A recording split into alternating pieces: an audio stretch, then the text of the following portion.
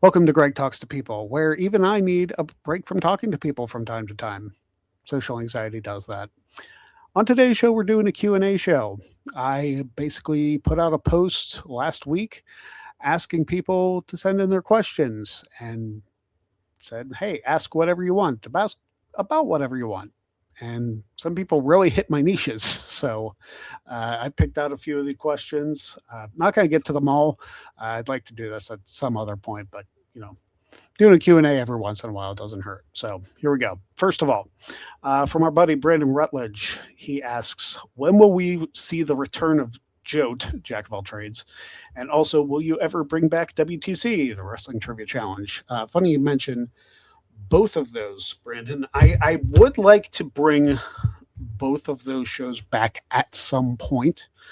The thing with Jack of all trades that makes it difficult, and it's been the thing that's made it difficult doing it every time I've done it, is coordinating people's schedules.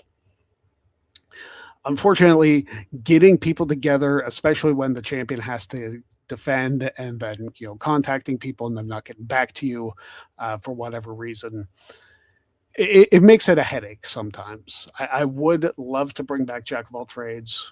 I'd also love for this channel to grow so like it has more of a following so that I can do it more frequently. There's a lot of things that go into producing these shows, both Jack of all trades and Wrestling Trivia Challenge. And I would like to get the viewership up. I would like to get more people to subscribe to their channel because right now I'm doing a whole bunch of stuff. I'm doing this show. I'm doing the entrances on Monday, the Greg Cherry Show, which has always been a standard, and I'm trying to fill a spot for Trivia Thursday because I've noticed that the Trivia Thursday videos aren't taking off. So unfortunately, that series may be coming to an end. It could be replaced by Wrestling Trivia Challenge or like a live joke at some point. May also start doing tape jokes. Like maybe those would be easier to just post. But I always love the interactions with jokes, and we got a good response when Maven was on the show a couple years ago. So we'll see. It's all a matter of coordinating people to be on the show, and I'd like to get some bigger name guests. Like it's been happening for a while, and I did one last year. Which was a fun show, and it actually flew pretty quickly. But I would like to get a bigger name guest on the show to participate. As far as bringing back Wrestling Trivia Challenge, that has been something that has been discussed because, I haven't defended that belt in forever. But yeah, it's one of those things that I'd have to sit down, write all the questions again to do possibly another tournament. And I felt like after doing 3 or 4 of the tournaments, like there wasn't really anything else I could have done. I made Quizlemania, which was really the ultimate goal for continuing to defend the championship. And there was really nowhere else for me to go. But if people want to see it back, like if enough people want to see Wrestling Trivia Challenge back, I wouldn't be opposed. Maybe I'd defend the title one more time and then retire it and then start a new championship or something. I don't know, but like that championship back there, I've had it for, as of tomorrow, 3,000 consecutive days. So it's not something I exactly want to leave my house anytime soon. Good question. Next question is, who's the next big star in wrestling? So I went to Double or Nothing this past weekend. A lot of fun show. Probably one of the most fun AEW shows I've been to. Crowd was hot all night. The matches were great. Somebody I see as the next big star in wrestling, people will say from WWE. But here's the thing with WWE. The WWE has become overly manufactured.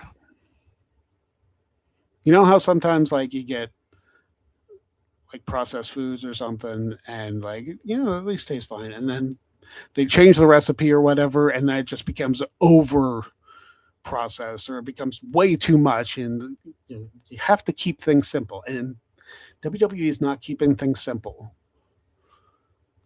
They are overbooking everything. They are doing everything to death. It's like, guys, it is not this hard. So I don't know if the next big star comes from WWE. If I had to pick somebody who's the next big star in wrestling, I think Kyle Fletcher's got a good shot. Like, he just came back on Sunday, and he has all the talent and personality in the world. Like, people thought, when Fletcher turned on Ospreay, that like Ospreay's going to get all this, and Ospreay is like he won his Owen Hart tournament match on Sunday. But people slept on Kyle Fletcher for a while, and I don't think they are anymore. So I think Kyle Fletcher has a real good shot of becoming a major star in wrestling. This next question is from a gentleman named Ethan. What is the weirdest game show you ever watched? So I don't know how many people remember this because I don't think it was around very long, but there was a show hosted by Jimmy Carr called Distraction. And it was basically you had to ask or you had to answer trivia questions while being distracted by something else. Like, there was one episode, funny enough, talking about wrestling, where Samoa Joe, Christopher Daniels, and I think Kazarian were like suplexing the contestants while they were answering trivia questions. Now, like, there was a mat, like not like a wrestling mat, but like not a safety mat either, just like a gym mat to like help keep the contestants safe and whatnot. But yeah, it was just a weird show, and I don't know how long it lasted. I don't think it lasted very long because people probably never heard of it. But yeah, that one was probably the weirdest. Next question is from Jax. What is the hardest video you ever had to edit? So the hardest video is probably one that took me the longest, and it's one that I have to re-edit because it got copyright claimed back in January. And it's my Royal Rumble facts video. It was so well produced, I thought, and like I got hit with a couple copyright claims that took it down. I had to delete it off my channel, which sucked because I worked so long on that. I spent so much time on that one. And the thing is, I'm going to have to re-edit it anyway because some of the facts changed due to the most recent Royal Rumble. So that's annoying. But yeah, getting hit with a copyright strike for something you work so hard on is just so frustrating. I know a lot of content creators have to deal with it. It's just so annoying. I think it turned out well. I think once I go back and re-edit it at some point, it'll turn out even better. But yeah, that one was probably the hardest. Aaron, I don't think that's a lady, Aaron, but favorite game show that isn't Wheel of Fortune or Jeopardy. So Wheel of Fortune is my favorite game show of all time. Always has been.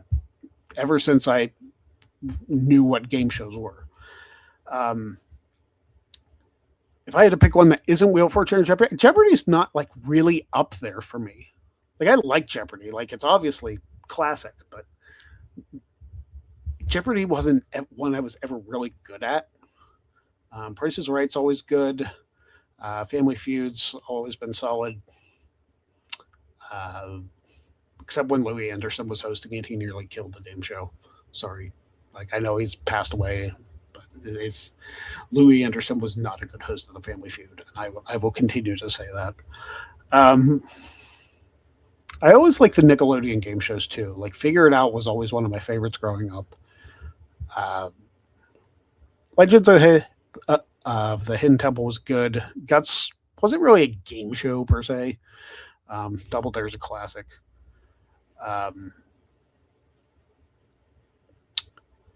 Trying to think of some more. Pressure Luck. Like, people were either hit or miss on Pressure Luck. I like it, but I just genuinely enjoy game shows.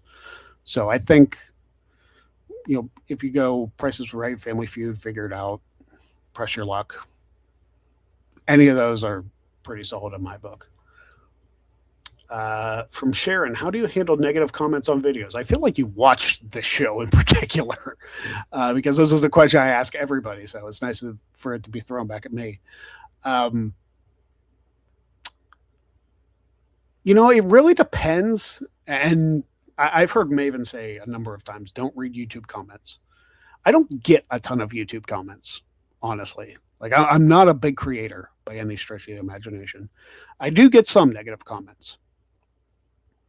And I used to take them very personally because, like,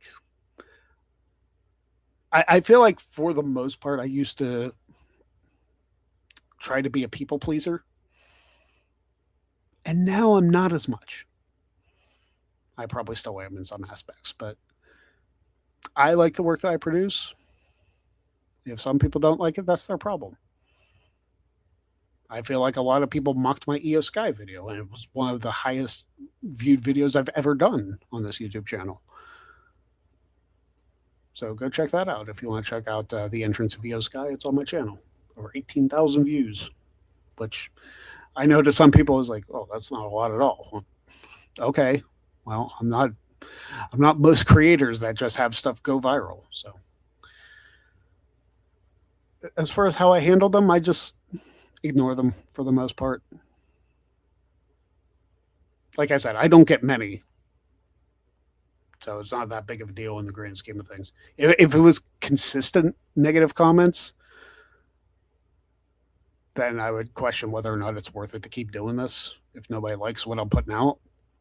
But I haven't had too many problems to that. So there you go. For Ryan, who is winning the Royal Rumble next year in your opinion? I'll tell you what, I thought about this.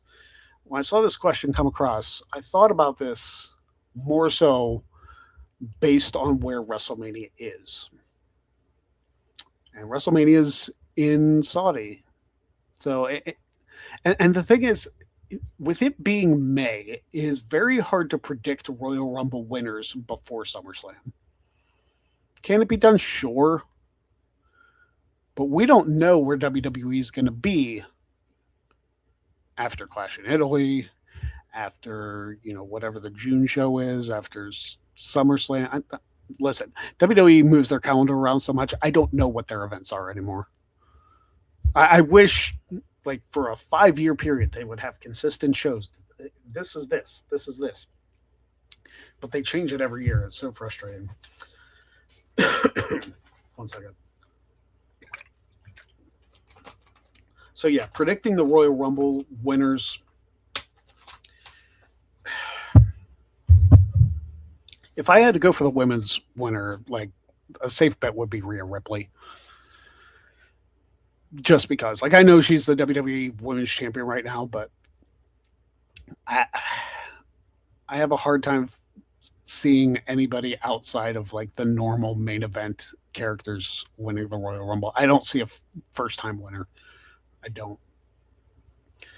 Or at least if it is a first-time winner, it's not going to be somebody who's going to be winning their first world championship at WrestleMania, at least for the women. For the men's side, Seth Rollins again. The thing is, there's so many different ways, and I don't have a ton of faith in WWE to build new stars with the Royal Rumble anymore. I just don't.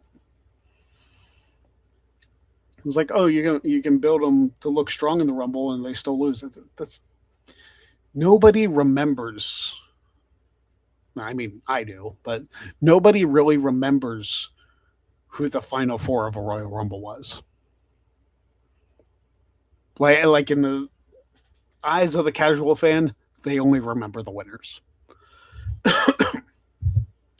What's that Nelly song? Want to be number 1, 2 is not a winner, and 3 nobody remembers. Yeah. So you think anybody's going to remember 4, 5, 6, 7, 8? No. Next question. What is the biggest pot you ever won in poker? So if you're talking cash games, I played a tournament, or not a tournament. I played a cash game. It was about 10 years ago, maybe a little more. And like it's not a lot because I play low blind tables because your boys don't doesn't have that kind of money. I played low level tables and I got a king 10 up against an ace king. And what happened was I I think I bet on the flop because they came out with a king on the flop and two other cards, maybe like a four and a jack or something. So I bet the guy with ace king calls. I think it's just us two left in the hand, and then the turn comes at 10. So I have two pair, and I don't remember he put me all in or if I put him all in, but we were both in the pot. And he was frustrated because I had the two pair, had the better hand, and I ended up winning. I won like $250. As far as tournaments go, I just played in a tournament fairly recently where I won about $1,200 splitting with three other people. Like we all got $1,200 because like what was left in the pot was about $5,000. And that was after one of the most ridiculous calls I had in my life. It was ace king. Like one guy had ace king, one guy had pocket tens, and I had ace queen. So I was actually the lowest odds of winning the pot, and I ended up taking one guy out and crippling another guy as far as chips go.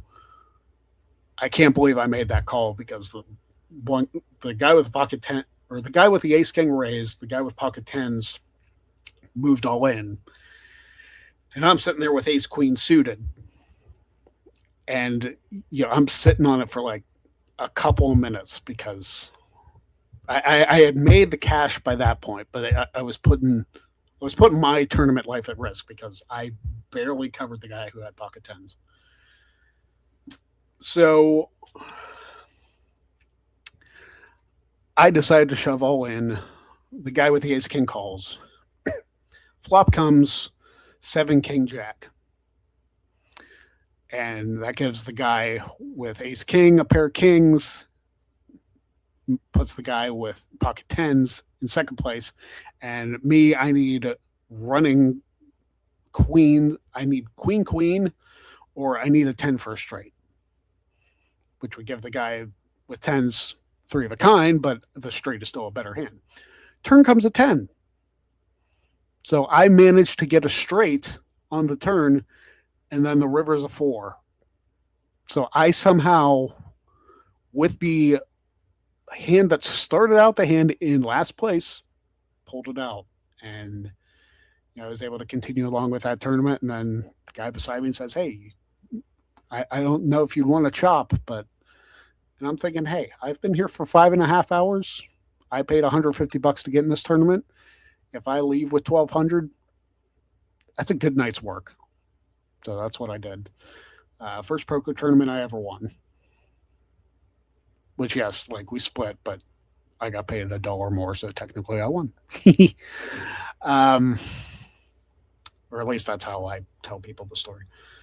What is the most controversial wrestling take that you have? So this is one I tell on social media all the time. I think Shane McMahon should have been a world champion. And some people are either all in or like all out on Shane McMahon. There's very few people who could go either way.